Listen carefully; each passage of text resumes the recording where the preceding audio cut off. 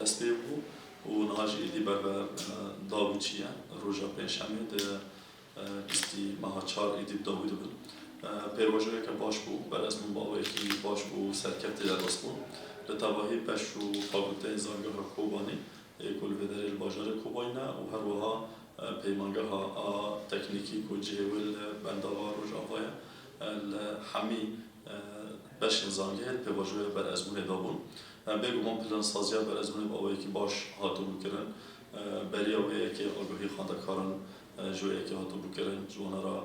هاتوو بوو شروعەکردن و هەروەها بەرنامەش بناوان هاتوو بوو ڕێکردن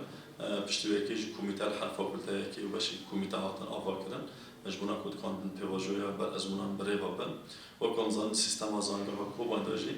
بەریە ئەزموونە ناوەندی ئاداویا قۆناغی وەرە چێکردن دنیوێ قۆناغی دەژی بەرەزبوون تێچێکردن ئاکومەنها لە دارخست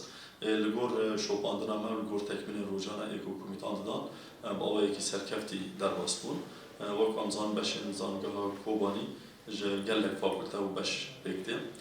zêdetirî 12 beş li hindir zangehê de hene fakülteya wê ji beşê erebî û kurdî tê de heye 4 sal xwendinên wî ne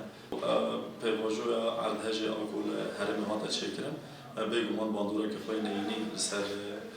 xwendekaran kir di alî xwendina wan de sekandina xwendinê herwiha di alî saykolojî de jî bandorek li wan kir lê piştî ku êdî rewş hinekî istiqrar bû hinekî êdî jiyan bawekî normal di ser vegeriya ji bona xwendekarên xwe me civîn çêkirin me ji wan re şîrove kirin di alî nefsî de me hewl da ku em wan têkin nava rehetiyayekê li kêlek wêyekê jî tedbîrê wêyekê jî hatin birin lê li gor şopandina me jî heyanê ku em gihîştin berezbûnan êdî xwendekar di rewşeke asayî dabûn di rewşeke tabî